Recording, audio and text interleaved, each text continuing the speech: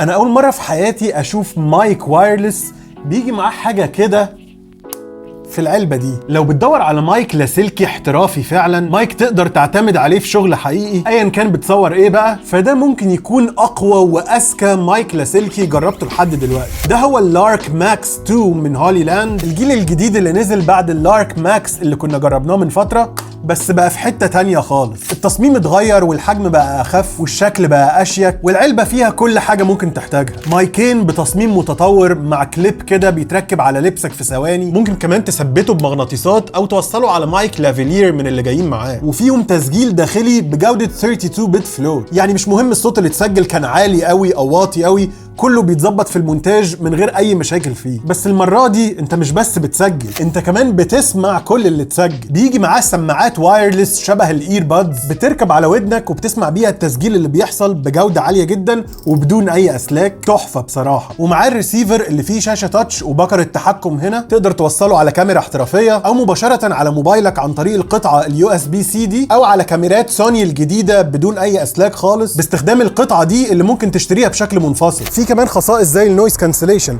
فبلمسه زرار لو انت في مكان دوشه زي كده تقدر تحول صوتك من كده زي ما انت سامعه دلوقتي كده. بطاريته ممتازه بتوصل ل 36 ساعه مع العلبه. مش محتاج اقول لك ان صوته ممتاز واحترافي جدا زي اللي انت سامعه طول الفيديو ده وهو متثبت هنا. المايك ده الحقيقه مش مجرد تطوير، هو فعلا نقله، واللي بيفرقه عن غيره ان كل المميزات دي في جهاز واحد متجمعه في الشنطه الشيك دي. فقول لي رايك فيه كده وما تنساش تتابعني الفيديوهات اكتر زي دي.